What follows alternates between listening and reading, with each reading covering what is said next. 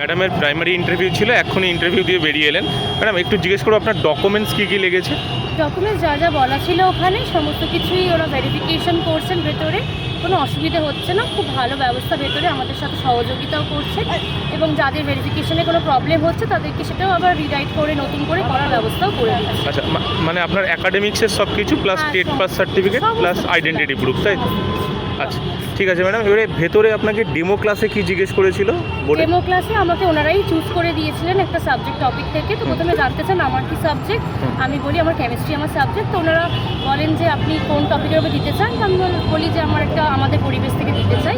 দেন ওনারাই চুজ করে দেন যে আপনি ঘনবস্তুর ওপরে একটা ডেমোস্ট্রেশন দিন এবং মডেলও রাখা ছিল, সেই মডেল দিয়ে আমাদের পড়াতে বলেছে। মডেল কি ছিল, মানে কোনো শেপ বা কিছু? হ্যাঁ, শেপ রাখা ছিল, ওখানে বিভিন্ন ঘনবস্তুর শেপ রাখা ছিল টেবিলে, সেইগুলো দিয়ে পড়াতে বলেছিলেন। আচ্ছা, আর আপনাদের কোনো বোর্ড ওয়ার্ক করতে দিয়েছিল? হ্যাঁ, বোর্ড ওয়ার্ক বেশিক্ষণ করতে দেয়নি, টাইম খুব কম ছিল, তার মধ্যে যতটুকু পেরেছি আমরা বোর্ড ওয়ার্ক করে সেটা করেছি। আপনার সাবজেক্ট থেকে কিছু? সাবজেক্ট থেকে হ্যাঁ জিজ্ঞেস করেছেন বেনজিনের ফর্মুলা কি, সেটা বলতে পেরেছি আমি। আচ্ছা, আর এমনি কোনো কবিতা বা কিছু বাচ্চাদের? হ্যাঁ, আমাকে বাংলার ব্যাপারে কিছু জিজ্ঞেস করেন, সায়েন্সেরই সমস্ত কোয়েশ্চেন্স করেছেন টপিক্সের উপর, মানে আমার সাবজেক্টের উপর। কতক্ষণের ওভারঅল ইন্টারভিউটা ছিল?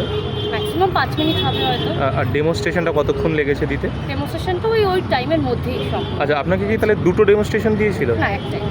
একটাই দিয়েছিল মানে, এবং বোর্ড ওয়ার্কটা তাহলে? বোর্ড ওয়ার্ক তার মধ্যেই ছিল, ইনক্লুডেড। ডেমোস্ট্রেশনের মধ্যেই বোর্ড ওয়ার্ক ছিল।